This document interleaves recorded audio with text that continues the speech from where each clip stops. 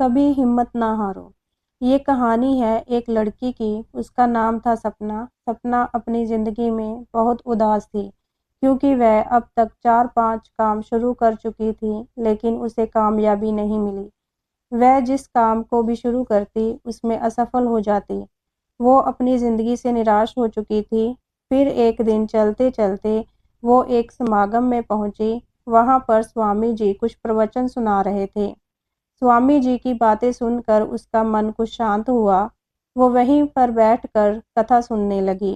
स्वामी जी कथा में कहते हैं कि जो भाग्य में लिखा हुआ होता है वही हमें मिलता है।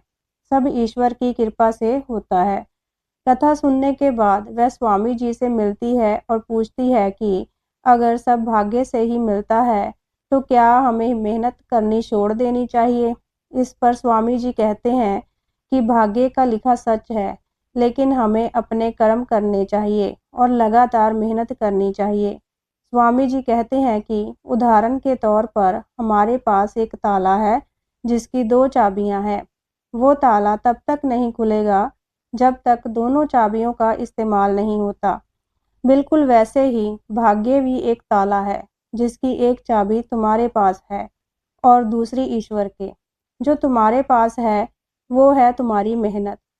तो तुम अपनी मेहनत करती जाओ, पता नहीं कब ईश्वर तुम्हारे भाग्य की चाबी को खोल दें। स्वामी जी की बातें सुनकर सपना के मन में नई उम्मीद जागी और वो फिर से उठने को तैयार हो गई।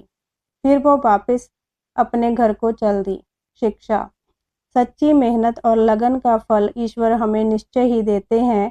हमें कभी उम्मीद नहीं छोड़नी चाहिए। कहानी को लाइक करें, शेयर करें और चैनल को सब्सक्राइब करें। कहानी सुनने के लिए धन्यवाद।